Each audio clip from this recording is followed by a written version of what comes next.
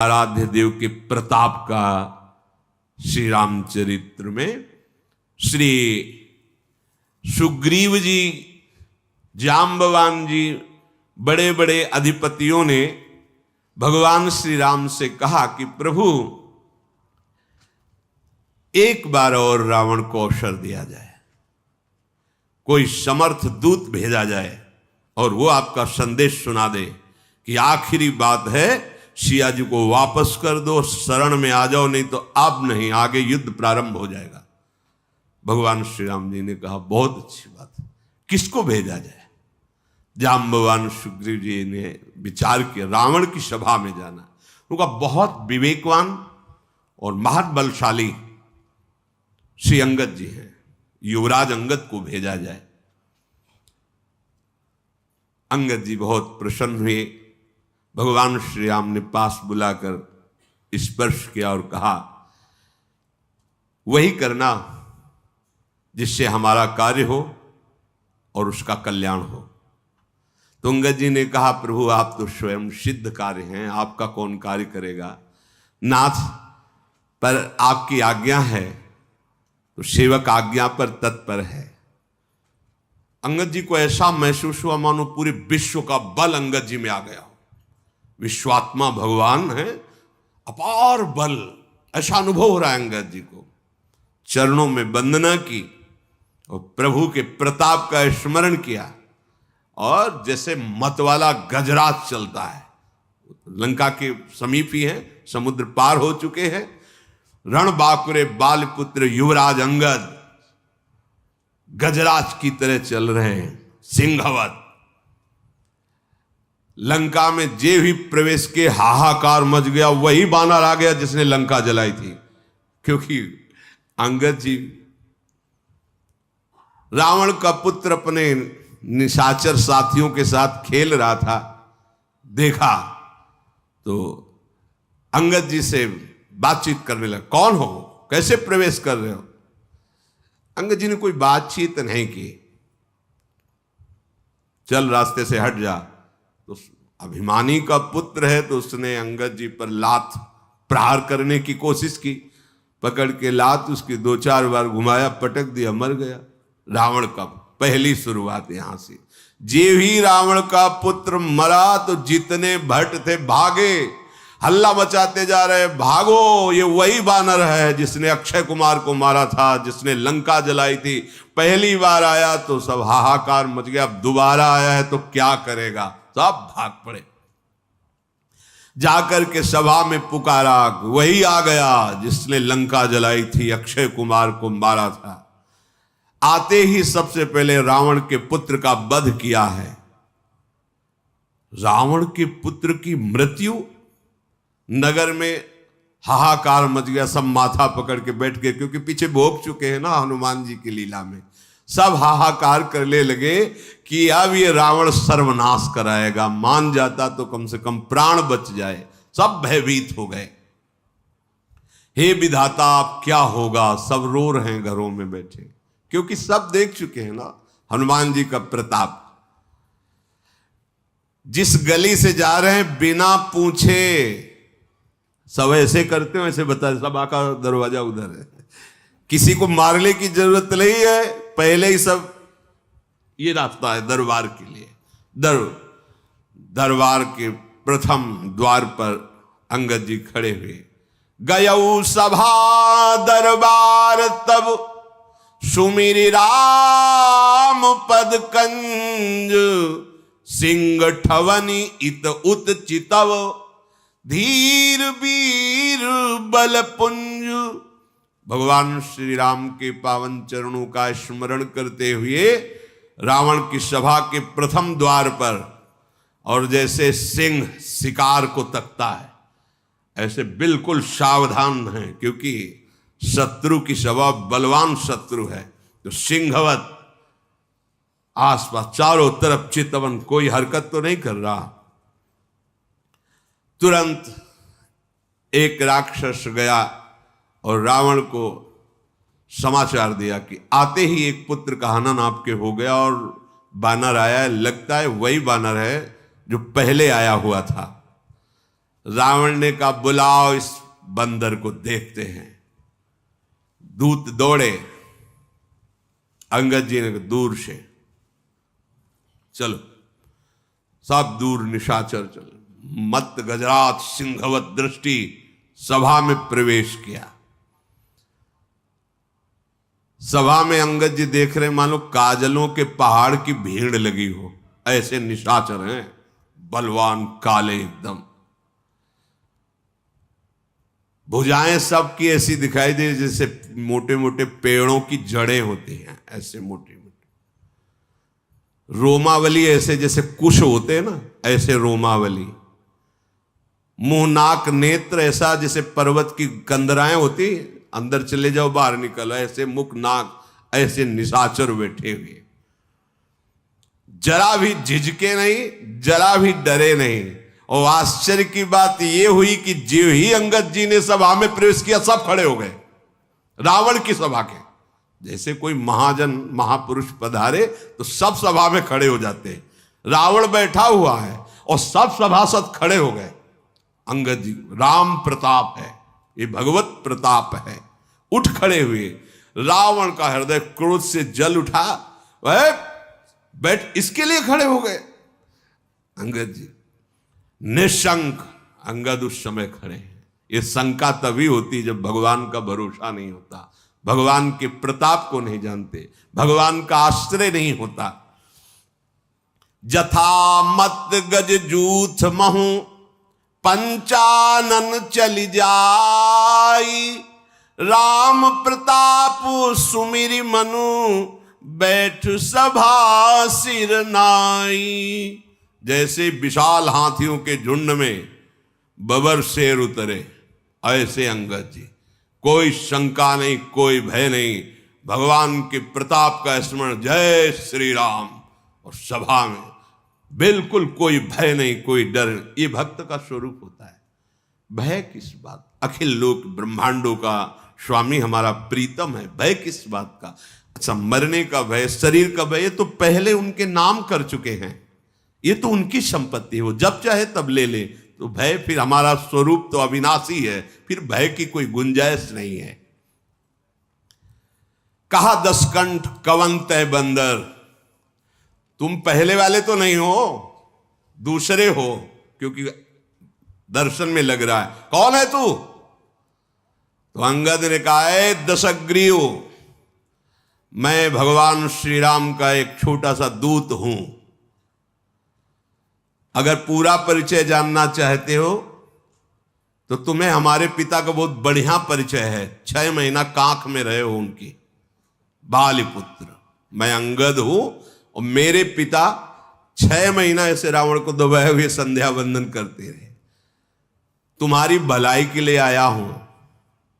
तुम उत्तम कुल में पैदा हुए हो, पुलस्त ऋषि के पौत्र हो, भगवान शंकर जी की आराधना की है, ब्रह्मा जी की आराधना की है। पहले भगवान शंकर की आराधना नहीं करता था। एक बार पुष्पक विमान लेकर के जा रहा था तो कैलाश के ऊपर से कोई भी विमान नहीं निकल सकता। नंदिकेश्वर जी प्रकट हुए और गए, घुमा के ले जाओ, ये भगवान शिव का वास स्थान कैलाश पर्वत है, इसके ऊपर से कोई विमान नहीं जाता। अच्छा, ऊपर से नहीं जा सकता, हटा तो सकते हैं। विमान से उतरा, पूरे कैलाश को ऐसे उठाया। नंदिकेश्वर आश्चर्यचकित हो गए, बोले इधर से हमारा विमान तो हटेगा नहीं, कैलाश आगे उसी को हटा के साइड में कर देते, फिर निकल जाते हैं। इतना अभिमानी कि उतरा, पूरे कैलाश को उठा लिया। भगवान शिव मुस्कुराए। नंदिकेश्वर ने कहा प्रभु ये तो बहुत अभिमानी है, ऐसे चरण रखा, अंगूठा रखा, जेब ही रखा तो दब गया।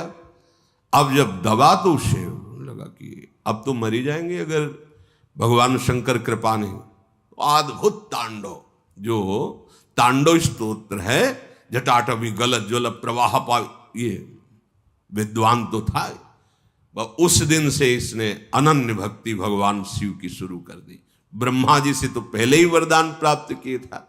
तो अंगद जी कह रहे तुम भगवान शिव के भी भक्त हो और ब्रह्मा जी के द्वारा तुमने वरदान प्राप्त किया है, तुम्हारा यश है, बड़े लोकपाल राजाओं को तुमने अधीन किया है, बस एक भयंकर गलती कर दी। तुम जगत जननी सिया जी का हरण करके लाए हो। अब मैं तुम्हें हित की सलाह आखिरी बार दे रहा हूं, उसके अनुसार चलो। प्रभु श्री राम जी ऐसे करुणामय है, चाहे जितना कोई अपराध किया हो, अगर शरण में चला जाए तो उसे क्षमा कर देते हैं। तुम ऐसा करो, उपाय बता रहे हैं। दांतों में तिनका दबाओ, गले में कुल्हाड़ी डालो ऐसे, और कुटुंबियों सहित, अपनी स्त्रियों सहित, अब पहले तो तुम जाकर के जानकी जी को अब नहीं, अब तो दांतों तले तिनका दबाओ, गले में कुल्हाड़ी डालो, और अपने जो बड़े बड़े यूथपति हैं और अपनी स्त्रियों सहित और जानकी जी को आगे करो, तो तुम्हारी प्राण रक्षा हो जाएगी। भय छोड़ो, मैं साथ रहूंगा, कोई तुम्हें भय नहीं रहेगा। हमारे प्रभु प्रणत पाल है, उनका एक प्रण है कि जो शरण में आ जाए, कोई भी हो, कैसा भी हो, उसे स्वीकार कर लेते हैं। आप बस जाकर के बोलना, हे श्री राम मेरी रक्षा करो, रक्षा करो, रक्षा करो। प्रभु उसी समय तुम्हारे सारे अपराध क्षमा कर देंगे, तुम्हें निर्भय कर देंगे। रावण बोला, अरे बंदर संभाल के बोल, मैं राम से क्षमा मांगूंगा?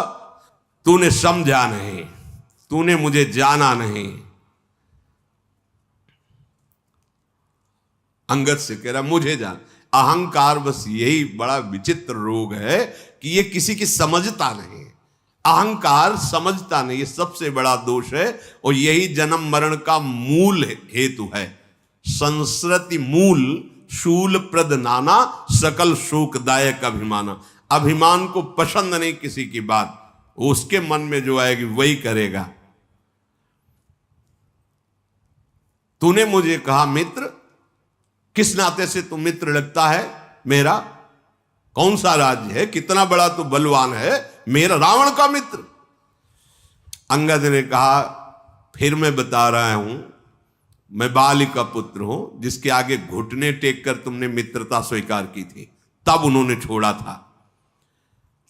अंगद का वचन सुनते ही रावण के चेहरे में पसीना आ गया, क्योंकि वो ध्यान आ गया ना बाली का।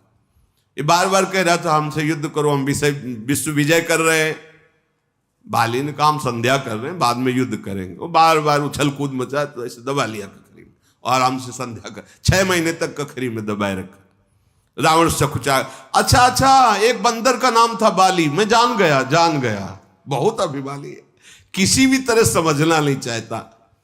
हाँ, अच्छा, तू बाली का लड़का है? अरे कुल का नाशक, तू अपने कुल रूपी बांस के लिए अग्नि पैदा हुआ, तू गर्भ में ही क्यों नहीं नष्ट हो गया? व्यर्थ में पैदा हुआ, और अपने मुंह से उन तपस्वियों का दूत कहलाता जिसने तेरे पिता की हत्या की। ये राजनीति है, भेद बुद्धि पैदा करके अपने पक्ष में कर लेना। अंगद ने हंसकर कहा कि तुम्हारी चतुराई कपट ये चलेगा नहीं, बस कुछ दिनों की बात है, अपने मित्र के पास पहुंच करके जान लेना, अर्थात जहां बाली गया है वहीं तुम भी पहुंच जाओगे, क्योंकि रघुनाथ जी के बाण बड़े उत्सुक हैं इस समय। राम विरोध करने पर जैसी बात होती है वैसी तुम अनुभव करोगे, सुनाने की जरूरत नहीं है। अरे मूर्ख रावण, सुन, ये भेद नीति उसके ऊपर काम करती जिसने भगवान का आश्रय नहीं लिया। भेद नीति बड़ी काम करती है, हम तो देखते हैं ना भेद नीति का प्रयोग बड़ा। अगर अपनी बुद्धि को संभाला नहीं तो माया भेद नीति के द्वारा परमार्थ से आपको नष्ट कर देगी। भेद नीति पर उस पर प्रभाव पड़ता है जिसने अपने हृदय को भगवान के चरणों में समर्पित नहीं किया। अच्छा, तो तुमने हमें कुल का नाश करने वाला कहा, तो तुम अपने कुल के रक्षक हो? अरे अंधे भी ऐसी बात नहीं कहेंगे, तुम्हें दिखाई नहीं दे रहा है? तुम्हारे तो 20 नेत्र और 20 कान है, तुम्हें नहीं दिखाई दे रहा कि तुम कुल घातक हो कि हम कुल घातक हैं? ब्रह्मा, शिव, देवता, मुनि समुदाय सब जिनके चरणों का आश्रय लेकर भजन करते हैं, मैं उनका दूत हूं।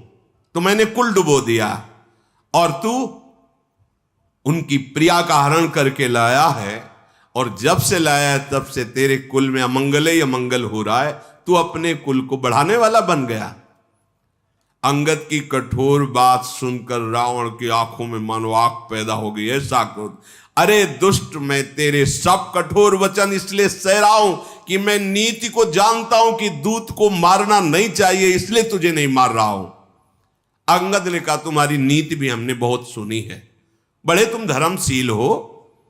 पराई स्त्री के ऊपर गंदी दृष्टि रखने वाले, अपहरण करने वाले, तू कहता है नीति को मैं जानता हूं। पूरी सभा उसकी बैठी हो, भारी सभा में उसका ऐसे कठोर वचनों से अपमान। दूत की रक्षा करने की बात तो आंखों से देख ली, धर्म के व्रत को धारण करने की डींग मारने वाले तो डूब कर क्यों नहीं मर जाता? अपने मुंह से अपनी बड़ाई कर रहा है, तुझे शर्म नहीं आती? नाक कान रहित बहन को देखा तो तुमने धर्म विचार करके ही तो क्षमा किया। बड़े क्षमावान हो तुम, तुम्हारी धर्मशीलता बड़ी जगजाहिर है। मैं भी बड़ा भाग्यवान हूं जो तुम्हारे जैसे धर्मात्मा का दर्शन पा रहा हूं। अंगद जी ने ऐसा कह करके बहुत हंसी उड़ाई। रावण ने कहा, तू मूर्ख बंदर बक बक कर रहा है, तू मेरी भुजाओं को नहीं देख रहा है? अरे लोकपाल भी डरते मेरी भुजाओं को देख करके। तूने सुना होगा, आकाश रूपी तालाब में मेरी भुजाओं रूपी कमलों पर बसकर शिव जी सहित कैलाश हंस के समान शोभा पाया था। 20 बार कैलाश पर्वत को इन भुजाओं से उठाया है।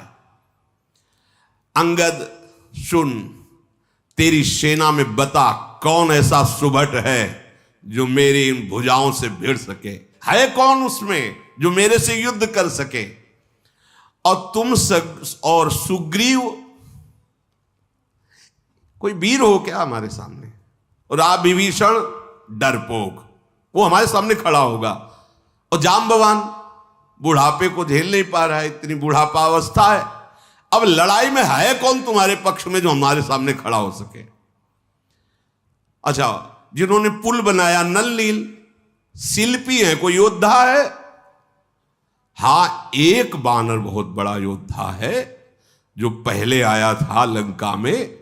मानता हूं कि वो योद्धा है, क्योंकि एक ही से मुलाकात अभी हुई है, उसको तो मानता हूं कि योद्धा है। अंगद ने कहा, राक्षस राज, सच्ची बात मानते हो कि वो योद्धा है? अरे वो जब से नगर जला के गया है, जिसे तुम जगत विजयी योद्धा कह रहे हो, वो हमारे यहां का सबसे छोटा बानर है। अब अंगद जब वो अपनी डींग हाँक रहा है तो उसके अहंकार का दमन करने के लिए बोले, हमारे यहां सबसे छोटा सेना का बानर है जिसे तुम जगत विजयी योद्धा कह रहे हो। और सही बात, तुम उसे मानते हो योद्धा? रावण, तुमने जिसे योद्धा कह के सराया, वो सुग्रीव का एक छोटा सा दूत है। चलने में बहुत, जब से खबर लेने के लिए भेजा गया था तो बिना आज्ञा के उसने नगर जला दिया था। आज भी वो सकुच में है कि कैसे भगवान के सामने जाऊं। उनकी आज्ञा का उल्लंघन हुआ, क्योंकि भेजा गया था खबर के लिए, तुम्हारे पुत्र को मार डाला, लंका जला दी, तो वो आज भी सकुच में है और हमारे यहां का सबसे छोटा योद्धा है। रावण, तुम सब सत्य कहते हो, मुझे सुनकर कुछ भी क्रोध नहीं आ रहा। सचमुच हमारी सेना में एक भी ऐसा नहीं है जो तेरे से लड़ने में शोभा पावे। प्रीति और बैर तो बराबरी वालों से करना चाहिए। यहां तो ऐसा है जैसे सिंह और मेढक, तुम सब निशाचर मेढक हो और राम सेना सब सिंह है। भला सही बात कहते हो, जोड़ नहीं है, तुम्हारे जोड़ नहीं। जैसे सिंह और मेढक का, ऐसे तुम सब मेढक हो। यद्यपि तुम्हें मारने में हमारे प्रभु श्री राम की लघुता है, पर तूने बड़ा दोष किया है। रावण, प्रभु का क्रोध तेरे को भस्म कर देगा। मेरी बात मान ले। प्रभु की शरण में हो जा। अंगद जैसे बार बार ऐसे वचन बोल रहे हैं, रावण हंसकर बोला, बंदर में एक गुण तो दिखाई दे रहा है, इसको जो पालता है, खवाता है, पिलाता है, वो उसी के अधीन चेष्टा करता है। ये गुण तो इसमें दिखाई दे रहा है। इसको जो बंदर को जो पाले, खवावे, पिला, उसके अनुकूल चलता है, उसके अधीन चलता है। ये तेरे में तो गुण दिखाई दे रहा है कि तू अपने स्वामी के अनुकूल है। बंदर जो अपने मालिक के लिए लाज छोड़कर जहां तहां नाचता है और नाच कूद कर लोगों को रिझाकर अपने मालिक का पोषण करता है, हाँ ये तेरे में है। अंगद, तेरी जाति जो बंदर है, स्वामी भक्त है, तू अपने मालिक के जितने भी गुण गा रहा है, तो समझदार लोग बंदर के द्वारा मालिक का किया हुआ आदर स्वीकार नहीं करते। हम समझदार जन हैं, तेरी जली कटी बातों को सुनकर उस पर ध्यान नहीं देते, नाराज नहीं होते। अंगद ने कहा, बड़े गुण ग्राहक हो, हनुमान जी ने सुनाया था तुम्हारे गुण ग्राहक की बात। अशोकवन को विध्वंस किया, अक्षय कुमार को मारा, पूरी लंका को जला दी, और आप गुण ग्राहक इसीलिए शांत रहे, क्योंकि आप गुण ग्राहक हो ना। हाँ, उसने कोई आपका अपकार नहीं किया था, इसलिए आप शांत रहे, अर्थात कि उस समय तुम्हारा बल कहां गया था। अंगद जी बड़ी बकरोती बोल रहे हैं, टेढ़ी बातें। तुम्हारा सुंदर विचार दशग्रीव, तुम में कुछ लाज बची है कि नहीं बची है? अंगद ने कहा, धृष्टता की हद हो गई। मैंने जो हनुमान जी ने बताया था कि तू कितना निर्लज्ज है, वो आज आंखों से देख रहा हो। वास्तविक तो बहुत निर्लज्ज है। सभा में कोई रावण को ऐसा, अरे देखो, क्रोध भी नहीं आ रहा, लाज भी नहीं है, चिढ़ भी नहीं है। अब तो रावण को नहीं रहा गया। अरे बानर, तेरी ऐसी बुद्धि है, तभी बाप को मरवा डाला तूने। ऐसा वचन कह करके रावण बड़ा अट्टहास किया। अंगद ने कहा, बाप को मरवा डाला, तेरे को मरवाने के लिए आया हूं। तेरी भी मृत्यु का मैं ही कारण बनूंगा। अभी तुरंत मेरी बात समझ जा, नहीं ऐसा मत समझ कि मैं तुझे दंड नहीं दे सकता। अंगद ने, अरे नीच अभिमानी, बाल के निर्मल यश का कारण जानकर मैं तुझे नहीं मार रहा हूं। रावण ने कहा, नहीं तो बता, रावण जैसा है कोई त्रिभुवन में? गजब का अभिमानी, बस उसको अपनी याद आ रही बार बार। अंगद जी ने कहा, रावण सुनना चाहते हो कि? हमने तो जो रावण सुना है, उनमें से कौन वाले तुम रावण हो, जरा बताना।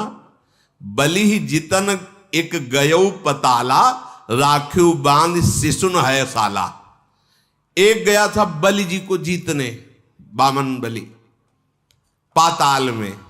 तो वहां के जो खेल रहे थे कुछ लोग, तो रावण को बांध करके है साला घोड़साल में डाल दिया था, और खेल खेल में खूब लात मारते थे उसको। जब दया लगी महाराज बलि को, तो मुक्त कर दिया था। एक रावण वही था। वही हो क्या तुम, जिसे वहां लातों से मारा गया था, घोड़साल में बांध के रखा गया था, जब बलि पर विजय प्राप्त करने गया था? अच्छा, दूसरा रावण हमने सुना है, एक बहोरी सहस भुज देखा, धाई धरा जिम जंतु विशेखा, कौतुक लाग भवन ले आवा, सो पुलस्त मुनि जाय छुड़ावा। शास्त्राबाहु अर्जुन के साथ युद्ध की, तो ऐसे जंतु की तरह पकड़ लिया, अपने भवन में बंदी बना के लग, फिर पुलस्त ऋषि गए और समझा बुझाकर छुड़ा के लाए थे। वो रावण हो तुम। एक कहत मोहि सकुचयति रहा बाल की कांख, इनमहु रावण तय कवन सत्य बदहि तज माख। एक हमारे पिता के 6 महीने कांख में रावण रहा। कौन से रावण हो तुम? कहते तुमने मेरा यश नहीं सुना, तो तुम बताओ कौन से रावण हो? रावण ने कहा 67 सोई रावण बलशीला, हरिगिर जान जास भुजलीला। मैं वो रावण हूं जो कैलाश को बता चुका है कई बार। अभिमान बर्दाश्त नहीं होता। अरे मेरी भुजाओं का बल भगवान शंकर जानते हैं। मैंने अपने हाथों से अपने सर रूपी पुष्पों को काट काट के महादेव जी के चरणों में चढ़ाया है।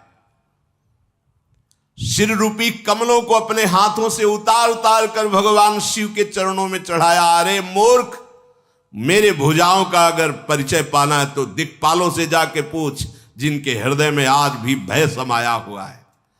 दिशाओं के हाथियों से पूछ, जहां भुजा की टक्कर मारी तो चिघाड़ते रहे। जिनके भयानक दांत जब जब आकर मेरी छाती में भुजाओं में लगे तो टूट गए। जिसके चलते समय पृथ्वी हिलती है, चलत दशानन डोलत। जासु चलत डोलत इम धरनी, चढ़त मत गज जिम लघु तरनी। जैसे छोटी नाव पर कोई गजरात चढ़े तो नाव हिल जाती है, ऐसे पृथ्वी हिलती है। मैं वो रावण हूं जब चलता हूं। सोई रावण जग विदित प्रतापी, सुने न श्रवण अलीक प्रलापी। अरे झूठी बकवास करने वाला, तूने कानों से नहीं सुना? मैं जगत प्रसिद्ध प्रतापी महाबली रावण हूं। महाप्रतापी जगत प्रसिद्ध रावण को तू मजाक समझ रहा है, छोटा कहता है, और एक मनुष्य की बड़ाई मेरे दरबार में कहता है। अरे दुष्ट, असभ्य, तुच्छ बंदर, मैंने जान लिया तेरे में बुद्धि नहीं है। रावण के वचन सुनकर अंगद जी को आप क्रोध आया। उन्होंने कहा, अरे नीच अभिमानी, संभाल कर बोल। मेरे प्रभु को तू मनुष्य बोलता है? जिनका फरसा सहस्त्राबाहु की भुजाओं रूपी अपार वन को जलाने के लिए अग्नि समान था, जिनका फरसा रूपी समुद्र की तीव्र धारा में अग्नित महाबली राजा बार बार डूब गए, उन परशुराम जी ने जिनके रूप और बल को देखकर गर्व त्याग करके चरणों में शीश झुकाया, वो हमारे भगवान श्री राम है।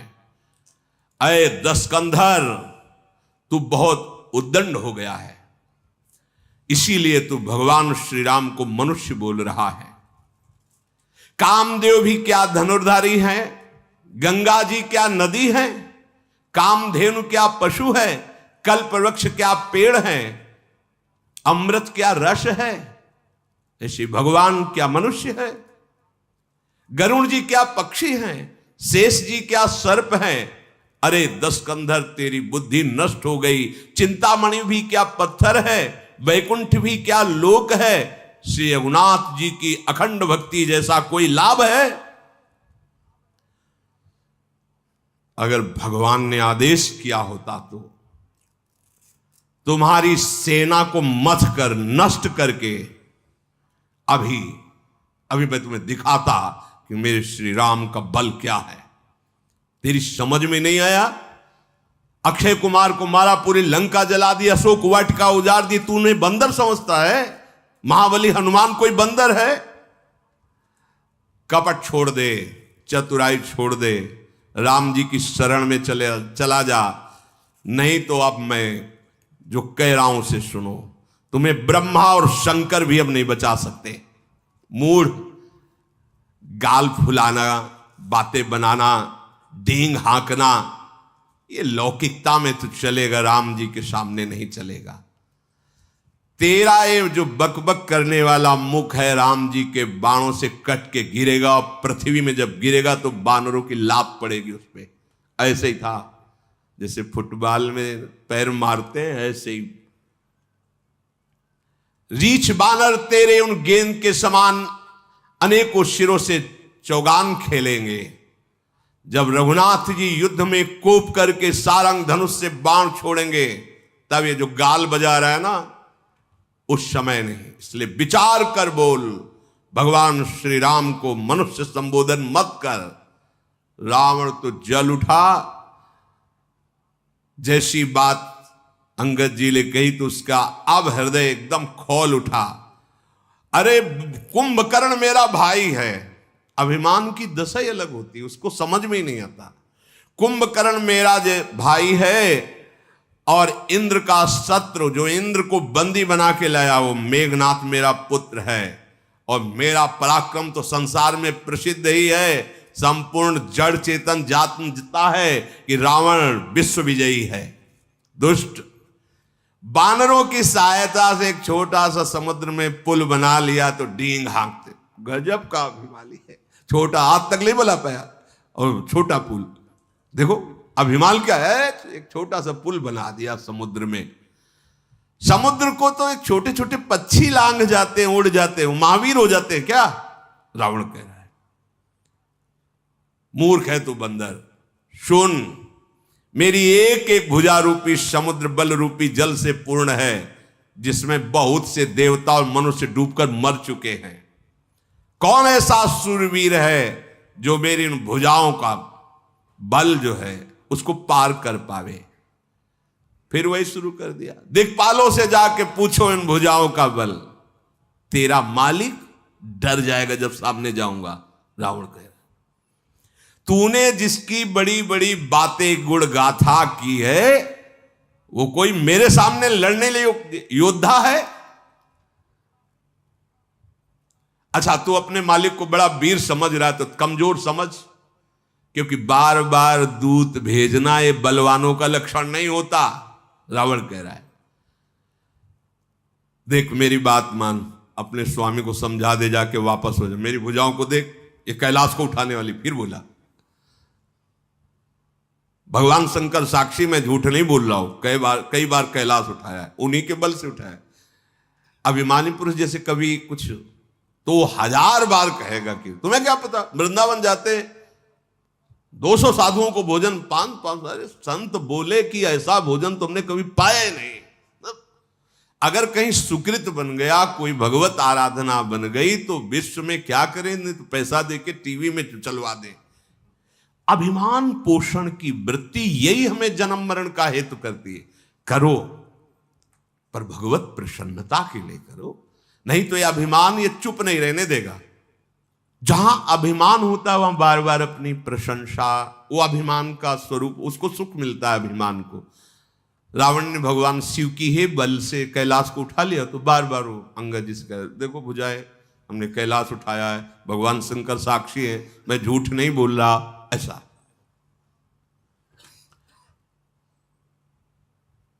मस्तकों के जलते समय जब मैंने अपने ललाटों पर लिखे हुए विधाता के अक्षर देखे, वो जब आहुति करता था अपने सर की, तो मैंने उसमें देखा था मेरी मृत्यु लिखी थी मनुष्य के हाथ से।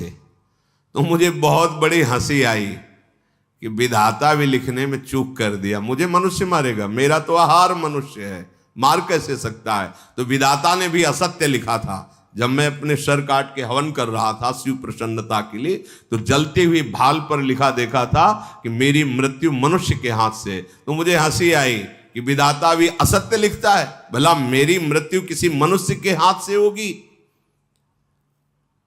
मेरे मन में किसी का भी भय नहीं है, क्योंकि मैं समझता हूं कि ब्रह्मा जी बूढ़े हो गए हैं, लिखने में गलती हो गई है, मेरी मृत्यु मनुष्य से नहीं हो सकती। और मूर्ख, तू बार बार लज्जा मर्यादा छोड़कर रावण के सामने उन मनुष्यों की बात करता है। अंगद ने कहा, अरे रावण, मुझे तुम लज्जा रहित कहते हो, पर तुम बहुत बड़े लज्जावान हो। लज्जाशीलता तुम्हारा स्वभाव है, क्योंकि तुम जैसे निर्लज्ज बार बार अपने मुंह से अपनी बड़ाई गा रहे हो।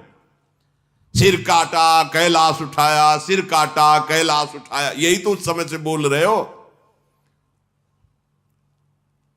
लेकिन तेरा हृदय में देख रहा हूं कि कांप रहा है राम जी के भय से, तभी तू बड़ाई बार बार कर रहा है।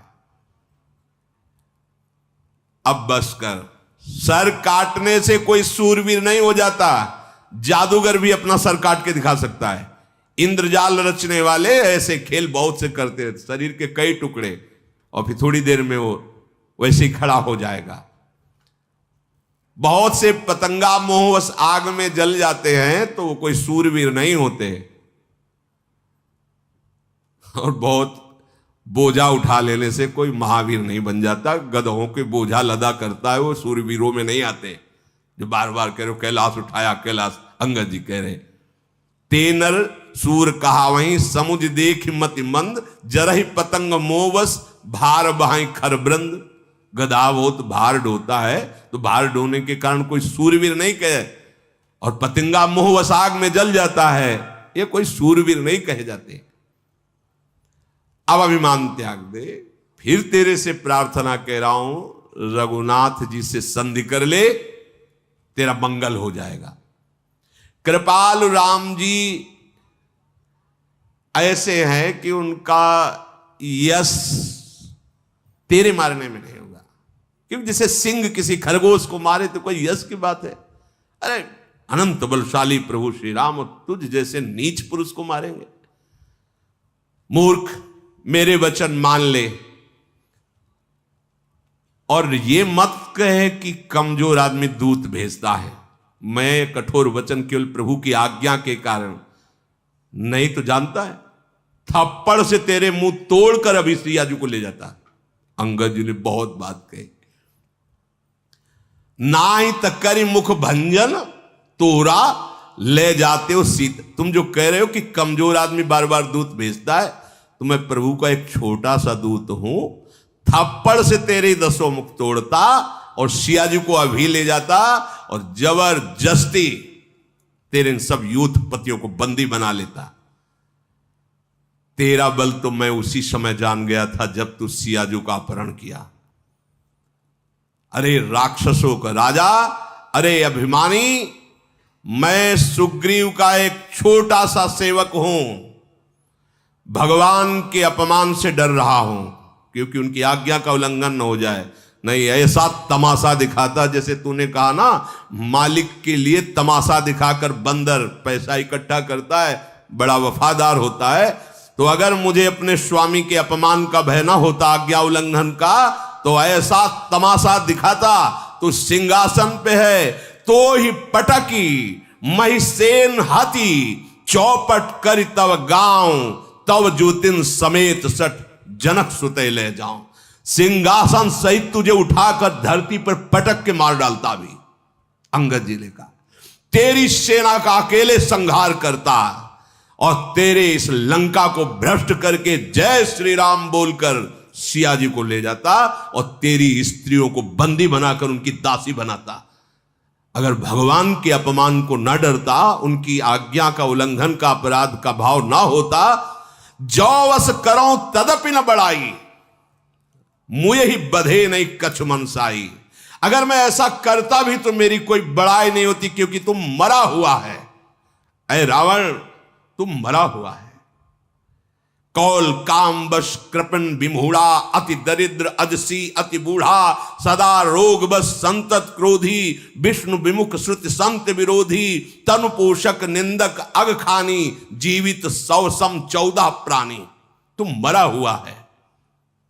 वाम मार्गी, शास्त्र के विरुद्ध आचरण करने वाला, और कभी भी धर्म में धन ना खर्चा करने वाला कंजूस और मूर्ख बुद्धि, दरिद्र, बदनाम, जिसका यश हो और फिर निंदा हो जाए, बहुत बूढ़ा और नित्य रोगी, निरंतर क्रोधी, हरि से विमुख, संतों का विरोधी, शरीर का पोषण करने वाला, पराई निंदा करने वाला, और पाप की खान महापापी परिस्त्री अपहरण करने वाला, ये सब मरे हुए पापी प्राणी हैं। इनको जीवित कौन कहता है? तो अगर मैं ऐसा करता भी कि तुझे सिंहासन सहित पटक कर मार डालूं, तेरी सेना का विनाश करूं, पूरे लंका में जय श्री राम के घोष करके सिया जी को ले जाऊं, तो भी मेरी बहादुरी नहीं है। इसलिए मैं शांत हूं, तेरी ये बातें सुन रहा हूं, अब मुझे गुस्सा मत दिला। अंगद के वचन सुनकर रावण दांत पीसने लगा, क्रोधित होकर हाथ मलता हुआ बोला, अब तू मरना चाहता है? अय बंदर, अब तू मरना चाहता है? छोटी मुंह बड़ी बात बोल गया। अरे जिसके बल पर तू इतनी बड़ी बात बोल गया, उनका ना बल है, ना प्रताप है, ना बुद्धि है, ना तेज है, कुछ नहीं है। अरे तू जिस पर गर्व करता है, ऐसे मनुष्यों को रात दिन यहाँ के राक्षस अपना आहार बनाया करते हैं। समझ किसकी सभा में बोल रहा है। जब उसने इस तरह भगवान श्री राम की निंदा की, कपिश्रेष्ठ अंगद उछल पड़े, मानो एकदम आग हो गए हो। क्योंकि शास्त्र का सिद्धांत है, हरिहर निंदा सुने जे काना, होई पाप गोघात समाना। भगवान शिव, भगवान हरि या भगवत प्रेमी महात्माओं की निंदा हो रही हो और आप चैन से सुन रहे हो, गौ हत्या ब्रह्म हत्या का पाप लगेगा। तुरंत खड़े हो गए अंगद जी और ऐसे कटकटाए, दांत पीसे और भुजदंड ऐसे पटक दिए पृथ्वी पर। ऐसे जे ही पृथ्वी पर भुजदंड पटका, मुंह के बल गिरा रावण। अरे भगवान का प्रताप एकदम फिर संभला। उसके अत्यंत सुंदर मुकुट, जब वो गिरा तो मुकुट भी गिरे, जो अंगद के हाथ में आए, उठाकर उन मुकुटों को वहीं से फेंका, रामादल में भगवान के चरणों के सामने गिरे जाके। मुकुटों को आते हुए देख करके बानरों को लगा कि ऊपर से उल्कापात, कोई तारा टूटा, भागने लगे। हमें लगता है रावण ने कोई वज्र चलाया है, ये चमकते हुए अग्नि के समान आ रहे हैं। प्रभु ने हंसकर कहा, डरो मत, ये ना उल्का है, ना वज्र है, ना केतु है, ना राहु है, ये रावण के मुकुट हैं, बालीपुत्र अंगद ने फेंका है। हनुमान जी ने उछलकर उन मुकुटों को लेकर प्रभु के चरणों के समीप रख दिया। वो ऐसे मुकुट, तेजस्वी मुकुट। क्रोधयुक्त रावण सबसे क्रोधित होकर कहने लगा, पकड़ लो इस बंद। जब भुजा मारी कटकटा के, तो जब रावण गिर पड़ा तो पूरी सभा मुंहभरा हो गई थी। रावण जब संभल के बैठा तो कहा, बहुत हो गया, बंदी बनाओ इसको और मार डालो सभा के बीच में। अंगद ने हंस करके कहा, खिलवाड़ समझ रखा है, बंदी बना लोगे? खिलवाड़ समझ रखा है, तुम मुझे मार दोगे? तेरी अब भी समझ में नहीं आया? केवल भुजा पटका तो सब मुंह के बल गिर गए, इतने तुम वीर हो, अब भी मुझे बंदी बनाने की सोच रहे हो? बोले, तेरे कोई अकेले नहीं, मेरा आदेश, जाओ पृथ्वी में कोई बानर ही न रह जा, सब खा जाओ। राक्षसों को आदेश। ऐसे थे नरांतक, देवांतक, ऐसे से राक्षस थे आहार करने वाले।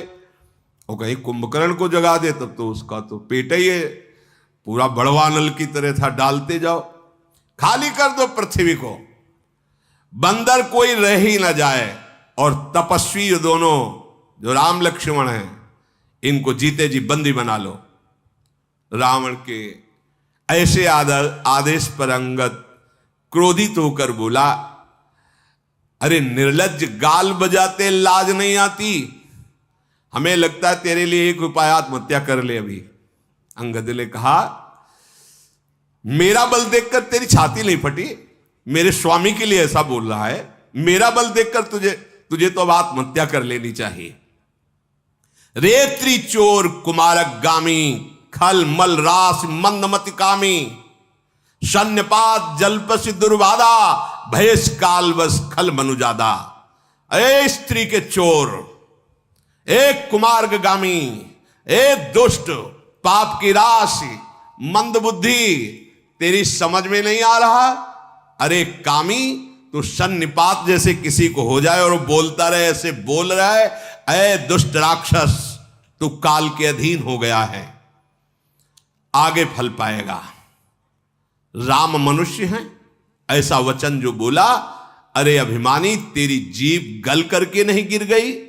संदेह नहीं, तेरी जीभ गिरेगी सिरों के साथ रणभूमि में। सोनर क्यों 10 कंद, बाल बध्यो जेहि एक सर, 20 लोचन अंध, धिगतो जन्म कुजाति जड़। ए दशग्रीव, एक बाण से जिसने महाबली बाली को मार दिया वो मनुष्य हो सकता है? कुजाति जड़ जीव, 20 आंखें होने पर भी अंधा, तेरे जन्म को धिक्कार। अंगद जी बोल रहे हैं। बस एक बात मुझे थोड़ा शांत कर रही कि भगवान श्री राम के बाण प्यासे तेरे खून के, इसलिए मैं तुझे क्षमा करता हूं। वो प्यासे रह जाएंगे अगर मैं कुछ करूंगा, इसलिए नीच राक्षस मैं तुझे जीवित छोड़ रहा हूं। ये जो तू हंसी कर रहा है बार बार, ये अभी 10 मुख के सब दांत तेरे बाहर निकल आएंगे। असी ऋषि होती 10 मुख तोरो, लंका गही समुद्र महाबोरो। मैं तो दसन तोरवे लायक, पर आयस दीन न मोहि रघुनायक। ऐसा आ रहा है कि पहले थप्पड़ मार के तेरे दांत तोड़ू सब्जी, तू हंस रहा है। इसके बाद ऐसा क्रोध आता है कि पूरी लंका उखाड़ लूं और समुद्र में डुबो दूं, तेरे 10 मुख तोड़कर भगवान के चरणों की शरण में डाल दूं जाके। पर क्या करूं, भगवान ने आदेश नहीं किया। तुम कह रहे हो कि बंदरों को खा जाओ जाके। अरे हम वो बंदर हैं, गूलर फल खाने वाले नहीं। तुम जैसे निशाचर हमारे लिए गूलर हो, गूलर। कीड़े मकुड़े की तरह तुम हमें दिखाई दे रहे हो। राम प्रताप ऐसा ही होता है, ऐसा ही होता है। सुरपति नरपति लोकपति जिनके भावे घास, राम प्रताप, हरि प्रताप। तुझ जैसे कीड़े मकोड़ों को मसलने के लिए हमको देर नहीं लगती, पर श्री राम कृपालु ने आज्ञा नहीं करी है। बस अंगद की बात सुनकर रावण बोला, अरे मूर्ख, झूठ बोलने के लिए किसी विद्यालय में सीखा है क्या तूने? बाली ने तो कभी ऐसा झूठ नहीं बोला। जान पड़ता है तू तपस्वियों से मिलकर झूठा बोलना सीख गया है, लबार हो गया है। अंगद ने कहा कि यदि तेरी 10 जीभें उखाड़ करके और तुझे रौंदू नहीं तो मैं रामचंद्र जी का दास न कहलाऊं। तो अब क्या कहूं, प्रभु ने आज्ञा नहीं करी थी। और अंगद जी क्रोधित होकर बार बार हाथ मीस रहे और कहा कि देखना चाहता मेरे स्वामी का प्रताप, देख अपनी सभा को तू कह रहा जा पृथ्वी बंदरों से हीन कर दे। मैं एक दूत हूं, आज मैं अपना पैर इस सभा में जमाता हूं। तुझे गर्व है अपने सभापतियों, अपने वीरों पर, तो कोई मेरा पैर उठा दे। ये बड़ी जोर की बात, भगवान का भरोसा इतना प्रबल। राम प्रताप, छोटा सा सांप का बच्चा गरुड़ को खा जाएगा, रुई बड़वानल को भस्म कर देगी, ब्रह्मा को मच्छर, मच्छर को ब्रह्मा, जो चेतन का जड़ करें जड़ करे चैतन्य। समुझ राम प्रताप कपि कोपा, सभा माजपन करि पद रूपा। जय श्री राम। उठा दे वीर अगर तेरी सभा में कोई हो, जो मम चरण सकत सठ टारी, फिर है राम सीता में हारी। अब इस समय अंगद अंगद नहीं है, इस समय राम प्रताप बोल रहा है, सीधे राम प्रताप।